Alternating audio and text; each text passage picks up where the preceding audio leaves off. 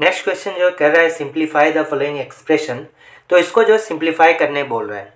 जैसा कि यहाँ दिया गया है, ये जो ब्रैकेट का काम चूँकि बोर्डमास रूल के अनुसार पहले होता है और इस पूरे ब्रैकेट में जो है ये माइनस लगा हुआ है, ठीक है। तो इस ब्रैकेट का काम जो है हम क्या करेंगे, कर लेंगे। यहाँ पर 4 को अगर 2 से डिवाइड देगा तो 2 हो जाएगा और इसके आगे कितना है, माइनस है, ठीक है।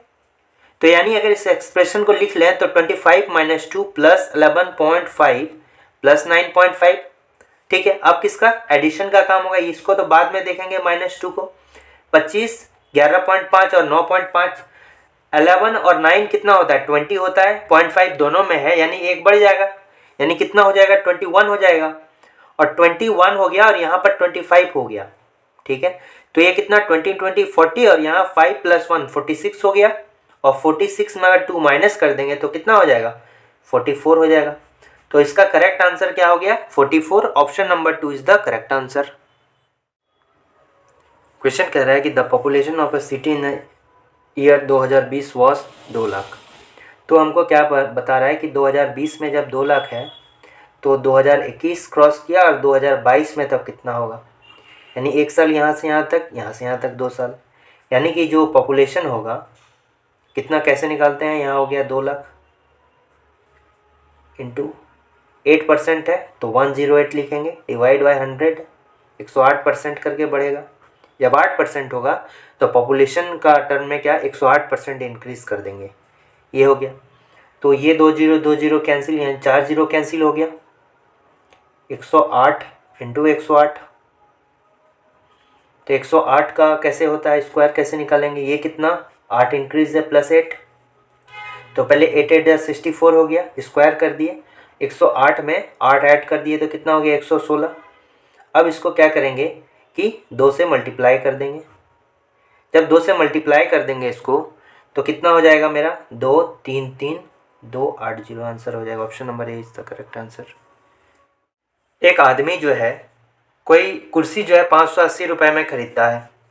25% लाभ के लिए उसे कुर्सी को कितना में बेचना पड़ेगा। तो 20% का अगर हम बताएं, ये अगर लाभ होता है यानी क्या होता है 20%, 5% का वैल्यू कितना होता है, 25/100, 1/4। यानी हमको ये याद रखना होगा कि 25% का वैल्यू 1/4 होता है। यानी लाभ है, इसका मतलब क्या है कि 4 में से 1 रुपया लाभ है। जिस तरह यहाँ पर हम कह सकते हैं 100 रुपया में 25 रुपया लाभ है, उसी तरह 4 में से 1 रुपया लाभ है, ठीक है। यानी लाभ के बाद कितना हो जाता है, 4 रुपया अगर उसका खरीदता है और 1 रुपया में वो लाभ कमाता है, यानी कि सेलिंग प्राइस या फिर विक्रय मूल्य कहें तो कितना हो जाएगा, इन दोनों को ऐड करेंगे तो विक्रय मूल्य हो जाएगा, क्योंकि विक्रय मूल्य बराबर क्रय मूल्य जोड़ लाभ, यानी कि 5 रुपये हो जाएगा, ठीक है। यानी कि अगर हम एसपी हो गया जो विक्रय मूल्य हो गया और सीपी यानी कि कॉस्ट प्राइस क्रय मूल्य हो गया, 5 में से कितना हो गया, 4 हो गया, ठीक है। ये लाभ था 1 रुपया और 4 रुपया में लाभ अगर 1 रुपया होता है तो विक्रय मूल्य कितना हो जाएगा, 4 + 1 यानी कि 5/4, यानी कॉस्ट प्राइस अगर 4 रुपये है तो 5 रुपया मेरा क्या हो जाएगा, सेलिंग प्राइस हो जाएगा, ठीक है। अब अगर एसपी और सीपी का रेशियो निकल गया 5:4 और यहाँ मेरा जो खरीदता है 580 रुपया में, यानी कि 4 का वैल्यू कितना होगा, 580 रुपये होगा, ठीक है। तो अगर 5 का वैल्यू कितना हो जाएगा, 4 का वैल्यू अगर 580 रुपया हो गया, इसका मतलब क्या है कि कितना हो गया, कटाना होगा हमको, यानी कितना हो जाएगा, 4 1 टाइम्स हो जाएगा 4 4 4 जा 16 और 4 5 जा 20, ठीक है। तो 5 का वैल्यू कितना हो जाएगा, इसका मतलब क्या हो गया कि 145 × 5, 1 का वैल्यू यानी 145, तो 5 का वैल्यू 145 × 5, तो कितना होगा, अगर 145 को हम 5 से मल्टीप्लाई करें तो कितना हो जाएगा, 725, 14 × 5 = 70, 725 रुपया। नेक्स्ट क्वेश्चन है कि यदि कोई रेलगाड़ी है 140 डिवाइड बाय 9 यानी 140/9 हो गया मीटर पर सेकेंड में जो है, किसी पोल को क्रॉस करती है, ठीक है। Find the length of the train. तो इसका आंसर को सॉल्व करने के बाद कमेंट बॉक्स में जरूर लिखें। तो क्या चीज़ है कि 140/9 मीटर पर सेकंड स्पीड है। तो यहाँ दो कंडीशन होता है। रेलगाड़ी क्या होता है, किसी पोल को क्रॉस करे या किसी आदमी को क्रॉस करे, तो इसका मतलब जो उसका लंबाई होगा वो खुद के डिस्टेंस को ट्रेवल करेगा, खुद का जो लेंथ है उसको ट्रेवल करेगा, ठीक है। और अगर क्या है कि कोई पुल को कवर करेगा तो टोटल जो लेंथ हो जाएगा वो क्या होगा, रेलगाड़ी की लंबाई प्लस उस लंबे जो भी वस्तु को क्रॉस करेगा उसका होगा। लेकिन अगर किसी जो है पोल हो गया, आदमी हो गया, तो इस कंडीशन में जो है वो खुद की लंबाई को ही कवर करेगा, ठीक है। तो यहाँ क्या है, किसी पोल को कवर, पोल इस तरह का होता है, ठीक है, तो इसमें खुद की लंबाई को ही ट्रेन कवर करेगा। तो मान लेते हैं कि length of train, length is equal to क्या होता है, यानी लंबाई, यानी कि डिस्टेंस एक तरह से हमको निकालना है।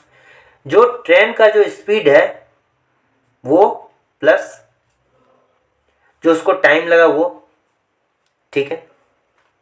तो ट्रेन का जो लेंथ हो जाएगा यानी लंबाई जो हो जाएगा वो क्या हो जाएगा, 140 डिवाइड बाय 9 स्पीड हो गया, और 27 मेरा क्या हो गया,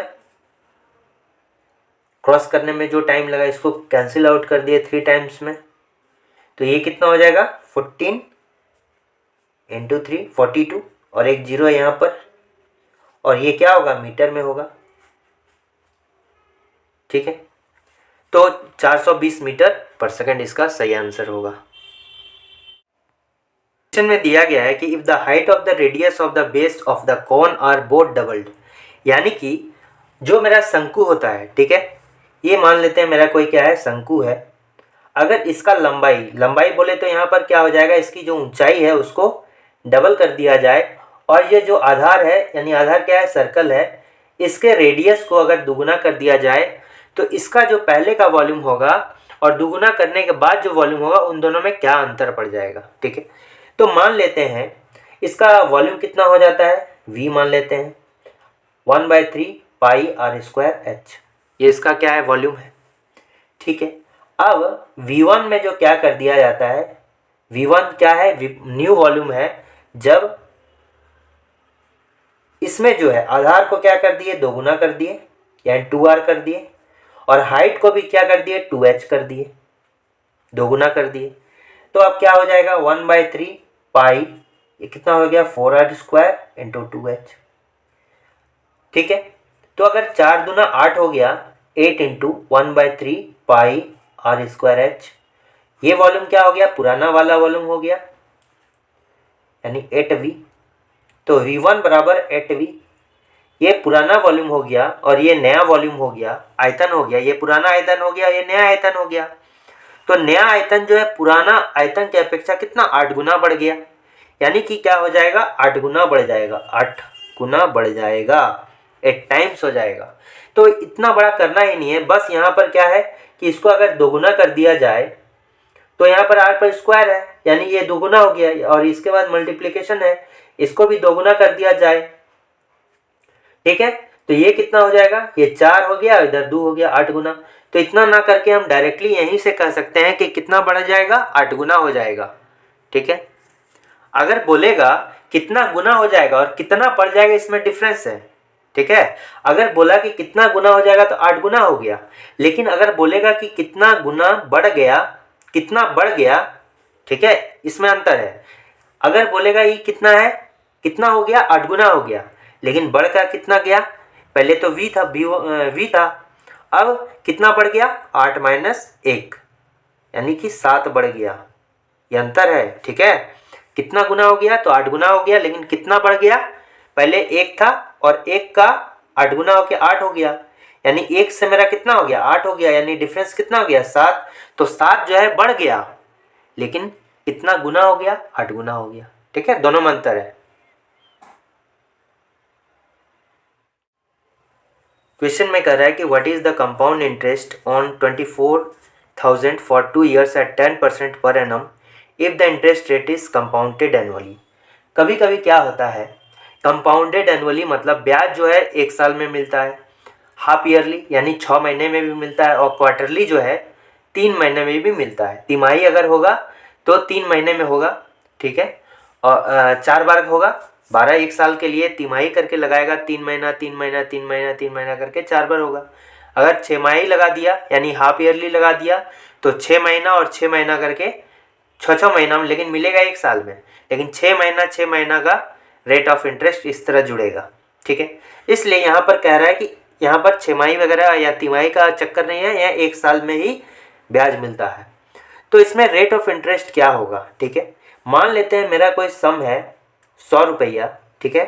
तो इस सम में क्या होगा कि एक बात पहले ध्यान लगाना है कि सिंपल इंटरेस्ट यानी कि जो मेरा साधारण ब्याज है और कंपाउंड इंटरेस्ट यानी चक्रवृद्धि ब्याज में क्या अंतर है। सिंपल इंटरेस्ट में क्या होता है कि कोई सम है, उस सम का जो इंटरेस्ट हर साल मिलते रहता है, ठीक है। जो पहले साल में हम कोई सम लगाए उसी सम का जो इंटरेस्ट होगा, जितना परसेंट होगा उसी का इंटरेस्ट हमको हर साल मिलेगा। लेकिन कंपाउंड इंटरेस्ट में क्या होता है कि उस सम का तो इंटरेस्ट मिलेगा ही, उससे जो इंटरेस्ट पैदा होगा उस इंटरेस्ट का भी इंटरेस्ट मिलेगा। तो ब्याज का ब्याज किस में मिलता है, चक्रवृद्धि ब्याज में मिलता है, साधारण ब्याज में नहीं मिलता है। तो मान लेते हैं कि जैसे 100 रुपया हो गया और 2 साल के लिए हम पैसा लगाए, तो अगर 10% का रेट ऑफ इंटरेस्ट हुआ तो पहले साल में 100 रुपया का क्या होगा, 10 रुपया होगा, और दूसरे साल में भी 10 रुपया होगा। तो ये किस में हुआ, ये हो जाता है मेरा साधारण ब्याज में। लेकिन अगर चक्रवृद्धि ब्याज कहे तो पहले साल में जो है 10 रुपया हुआ था, पहले तो कोई ब्याज नहीं था, पहले केवल सम था, जो सम का 10 रुपया इधर भी पहले साल में मिला और दूसरे साल में भी 10 रुपया मिला, ठीक है। लेकिन चक्रवृद्धि ब्याज के केस में जो पहले साल में ब्याज हुआ उसका रेट ऑफ इंटरेस्ट भी दूसरे साल में मिलेगा, एक साल तो रह गया ना, तो इसका रेट ऑफ इंटरेस्ट, इसका 10% कितना होगा, 1 रुपया। यानी कि अगर मेरा बोलेगा साधारण ब्याज कितना हो गया 20%, लेकिन अगर चक्रवृद्धि ब्याज बोलेगा तो ये भी ऐड हो जाएगा 21%, ठीक है। तो 21% मेरा क्या हो गया, ब्याज हो गया। ये हो गया क्या चीज, चक्रवृद्धि ब्याज, और ये हो गया सिंपल इंटरेस्ट, साधारण ब्याज। लेकिन हमको क्वेश्चन में क्या कर रहा है, चक्रवृद्धि ब्याज, यानी कि हम 24,000 का जो है 21% निकाल देंगे। तो कितना हो जाएगा, 2 0 कैंसिल, यानी कि 24 इंटू कितना हो जाएगा 21, कितना हो जाएगा गुना करेंगे तो 24 इंटू 21, ये 4 हो गया, 4 दूना 8 तो 10, 0 हाथ में रहा 1 तो 4 1 5, 504, और ये हो गया 0। तो इतना रुपए जो है 24,000 का जो है 21%, इतना रुपए उसको साधारण ब्याज मिलेगा, ठीक है। इसको हम इस तरह से बना सकते हैं 10 + 10 और 10 × 10 डिवाइड बाय 100, ये भी हो जाएगा 21%, ठीक है।